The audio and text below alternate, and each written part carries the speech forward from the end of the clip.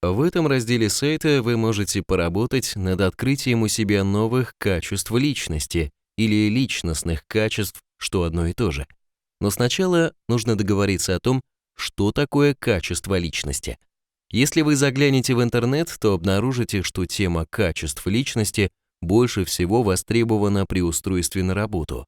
Отдел кадров хочет знать, какими качествами личности вы обладаете. Это один из важных критериев при принятии на работу нового человека. Качества личности люди делят на положительные и отрицательные. К положительным качествам личности люди относят доброту, отзывчивость, трудолюбие, ответственность, дружелюбность, честность, жизнерадостность и так далее. К негативным качествам личности люди относят лживость, безответственность, грубость, вспыльчивость, лень, агрессивность, эгоизм, обидчивость, заносчивость и так далее. Вы заметили, что объединяет эти два списка? То, что все качества могут проявиться только в отношениях между людьми. Сами по себе они не существуют. То есть, если человек живет отшельником в тайге или горах, то никого не интересует, честный он или лживый, добрый он или эгоист и так далее. Ни он этого не знает, ни другие люди. А вот если вы живете среди людей, то особенности вашего поведения описываются вашими личностными качествами. То есть можно сказать, что личностные качества – это способ описания особенностей поведения человека в общении с другими людьми. Если вы знаете о личных качествах другого человека, то вы можете прогнозировать его поведение в некоторых ситуациях. Например, вам сказали, что этот мужчина жаден и сексуален, и вы сразу понимаете, что он любит секс, но без затрат на халяву. А если вам скажут, что он сексуальный и добрый, то вы понимаете, что он любит секс, и если во время секса его что-то попросить, то он вам не откажет. Это шутка, конечно. Зачем люди придумали такой показатель, как личностные качества? Чтобы помогать другим людям прогнозировать особенности своего и чужого поведения. Например, когда девушка хочет выйти замуж, то при описании своего будущего избранника обычно пишут «добрый», «щедрый», «активный», «сексуальный», «ответственный», «верный» и так далее. Правда, в такой формуле первым обычно идет такой показатель, как «обеспеченный», но это не качество личности, а описание уровня его доходов. При приеме на работу все стремятся, чтобы кандидат, помимо чисто профессиональных знаний и навыков, обладал позитивными качествами личности, был ответственным, трудолюбивым, доброжелательным, инициативным и каким-то еще. Никто не хочет брать на работу человека безответственного, конфликтного или агрессивного, даже если он хороший специалист. В общем, получая информацию о личностных качествах другого человека, мы получаем возможность прогнозировать его поведение и тем самым повышаем уровень своей безопасности. А еще у людей есть способности. Способности петь, рисовать, быстро бегать, зарабатывать деньги, продавать и так далее. Способности отражают уровень вашего умения что-то делать по отношению к другим людям, которые занимаются этим же самым. Если у вас есть хорошие способности, то вы обычно преуспеваете в том, к чему они у вас имеются, если вы этим занимаетесь, конечно. Способности мы рассматриваем в другом разделе этого сайта. Здесь лишь отметим, что личностные качества и способности – совершенно разные показатели, не нужно их путать. Что отражают личностные качества? Способ поведения человека по отношению к другим людям. Когда вы слышите, что этот человек ленив, то вы понимаете, что бесполезно просить его что-то сделать для вас. Скорее всего, он вашу просьбу просто проигнорирует. Или когда вам говорят, что этот человек очень сексуален, то вам нужно понимать, что он будет сексуален не только по отношению к вам. Так что на его верность вам лучше не рассчитывать. На этой рабочей странице вы можете попробовать наработать у себя такие качества, которых вам не хватает. А таких ситуаций бывает множество. Например, вы хотели заработать больше денег, и вас из рядового сотрудника повысили в должности до руководителя подразделения. Ваши обязанности резко изменились. Раньше вы отвечали только за свою работу и делали ее хорошо. А теперь вы отвечаете за работу ваших сотрудников, которые не так старательны, как вы. Вам нужно их контролировать, мотивировать, требовать и даже наказывать. А вы все это не умеете. Вы мягкий и дружелюбный человек. Ваши сотрудники поняли это и расслабились. Ваше подразделение стало плохо работать. Вы понимаете, что что-то нужно делать, иначе ваш карьерный рост быстро закончится. Что делать, понятно. Нужно срочно менять себя, добавлять себе жесткости, требовательности. А как открыть в себе эти качества, непонятно. Или другой вариант. Вы женщина, вам прискучило одиночество, и вы начали думать о том, не выйти ли вам замуж.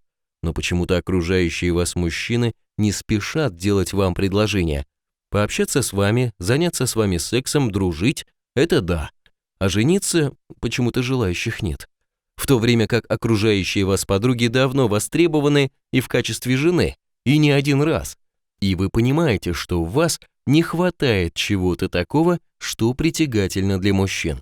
Не хватает каких-то качеств, которые притягательны для мужчин настолько, что они захотят закрепить вас в качестве своей собственности через женитьбу.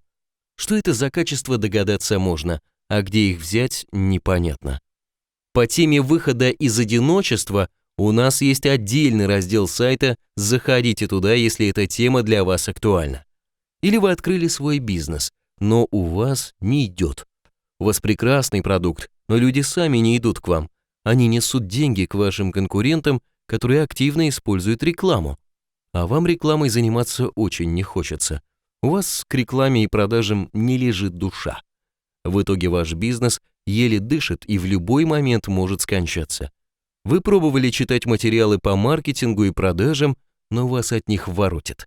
Вы уже поняли, что вам нужно поменять в себе отношение к рекламе и продажам, но как это сделать, вы не знаете. Да и возьмите обычную семейную жизнь. Когда вы создавали семью, у вас была страстная любовь, и все было хорошо. Потом прошло несколько лет, страсть ушла, остались дети, и выяснилось, что вы не очень приспособлены к семейной жизни. На работе вы руководитель, жесткий и авторитарный, это помогает процветать вашей карьере или вашему бизнесу. Но домой вы приходите с этими же качествами, и ваши родные прячутся по углам при вашем появлении. Вы понимаете, что для дома вам нужно открыть в себе что-то более человеческое, но не знаете, как это сделать. Это только несколько примеров, когда очевидно, что нужно что-то поменять в себе, но никто вам не рассказал, как это делается. Во втором разделе сайта мы уже рассматривали, как можно убрать у себя ненужные вам качества личности, как, например, можно избавиться от ненужных обидчивости, конфликтности, лени и так далее. Это третий раздел сайта, и на этой рабочей странице мы будем рассматривать, как можно развить у себя нужное вам личностное качество, если у вас есть такая потребность, конечно, и если вы готовы приложить усилия для этого. Чтобы понять, как это можно сделать, нам нужно вернуться к идеям видео «Что такое человек?».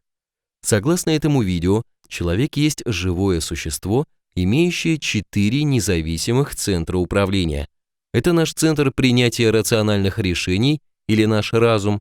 Это центр принятия иррациональных решений или интуиция и творчество. Это центр обеспечения безопасности или наш рептильный мозг. Это центр готовых решений или наше подсознание. Теперь давайте разбираться, какой из этих центров формирует наши личностные качества. Это можно определить простыми логическими рассуждениями. Наш разум занимается обработкой поступающей информации и получением логически обоснованных решений. Личностные качества здесь вроде бы ни при чем. Наше творчество выдает нам готовые идеи и решения. Личностные качества в этом тоже не задействованы. Наш рептильный мозг очень занят нашей безопасностью. Он активно участвует в конфликтах, но как исполнительный орган. Что-то нарушили, он среагировал. Личностные качества он никак порождать не может. Остается центр готовых решений или подсознание.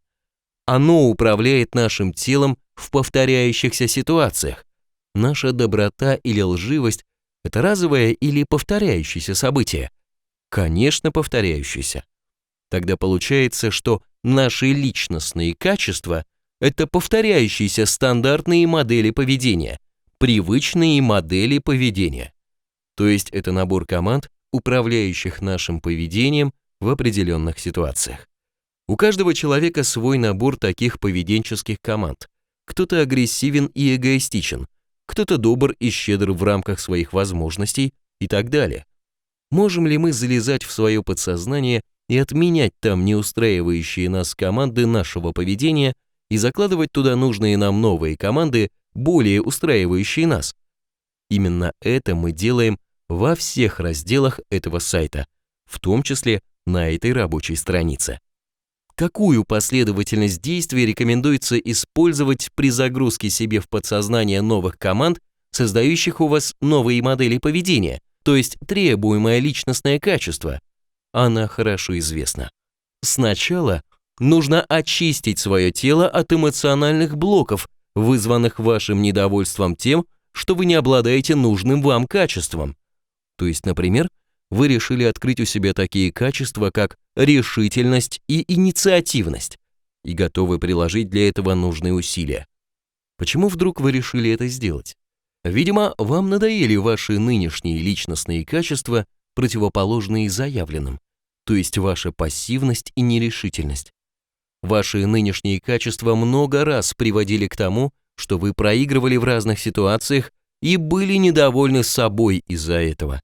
В итоге внутри вас образовался большой эмоциональный блок, который заряжен энергиями борьбы с вами же.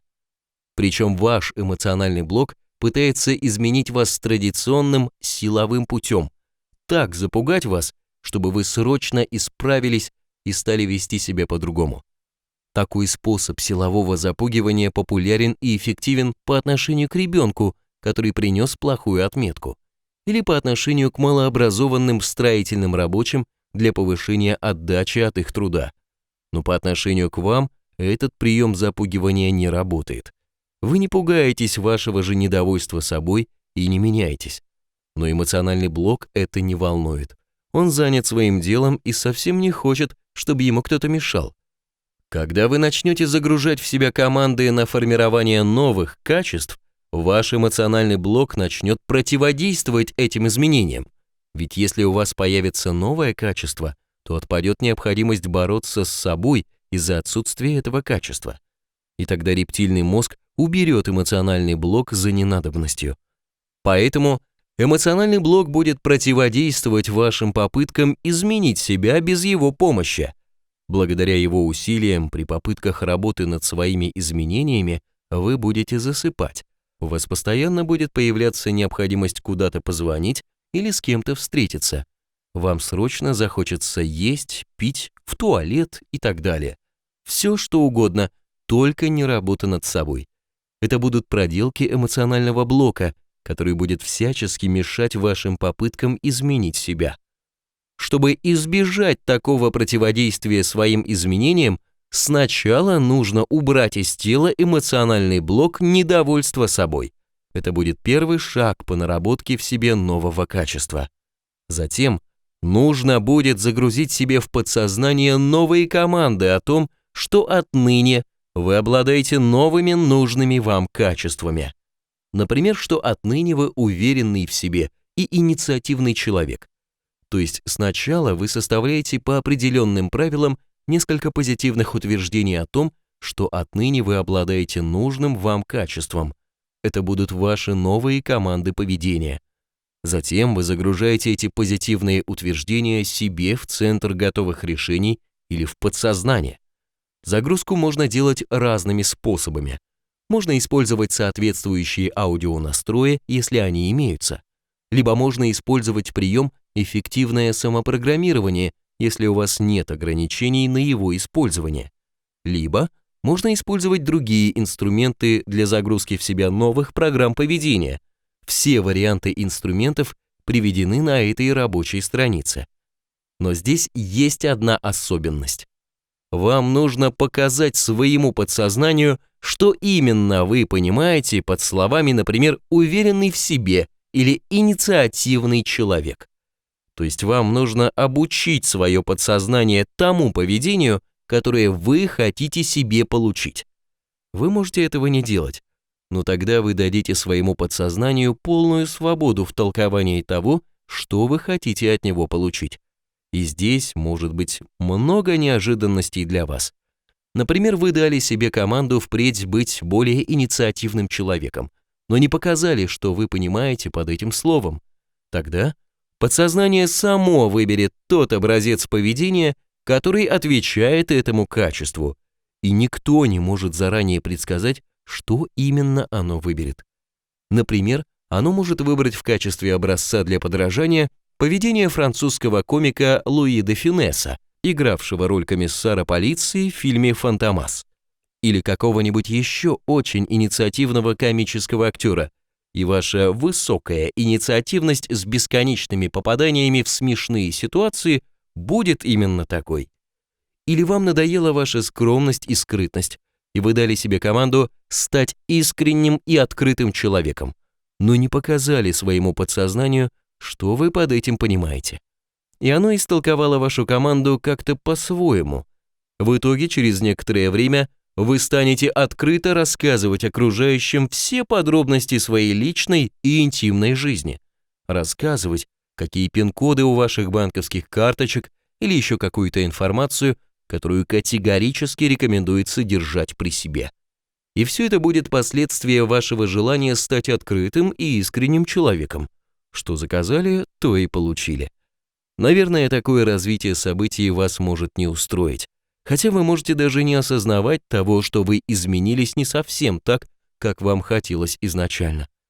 Поэтому лучше не пускать этот процесс наработки у себя нового качества на самотек, а показать своему подсознанию, какую именно модель поведения вы хотели бы видеть у себя. Как это можно сделать? Чтобы показать подсознанию ту модель поведения, которую вы хотите иметь у себя, вам достаточно некоторое время поиграть роль человека, в полной мере обладающего теми качествами, которые вы хотите иметь у себя. Описание приема для наработки у себя нового навыка поведения вы найдете на рабочей странице. Он называется «Месячник нужного качества». А потом, после четкого проявления у себя нового качества, вам нужно будет закрепить его. Это как с иностранным языком. Пока вы учите его, вы что-то знаете. Потом закончили учиться и не используете новый язык для разговоров или чтения на нем. Через несколько месяцев большая часть ваших знаний иностранного языка исчезнет сама собой без всякого следа. Все тоже с новым, наработанным в себе личностным качеством. То есть, вам нужно будет активно использовать ваше новое качество в повседневной жизни. А что делать, если с этим возникнут сложности? Например, вы женщина и поработали с открытием в себе женственности и нежности. Но, как назло, все объекты мужского пола, к которым могли бы приложить ваши новые качества, исчезли куда-то, и вы чувствуете, что ваша женственность постепенно исчезает из-за невостребованности в данный момент. Что делать? Нужно будет разок в 2-3 недели снова поработать с командами о том, что отныне вы всегда женственная и нежная. А там и объект для приложения этих ваших качеств появится. Как видите, нужно всего 3 шага, а ваша жизнь может радикально поменяться. Напомню эти шаги. Сначала вам нужно убрать из себя эмоциональный блок, возникший в результате вашего недовольства тем, что у вас нет нужного качества. Затем нужно будет загрузить в себя позитивное утверждение о том, что отныне вы обладаете нужным качеством, и заодно показать своему подсознанию, что именно вы понимаете под этим качеством.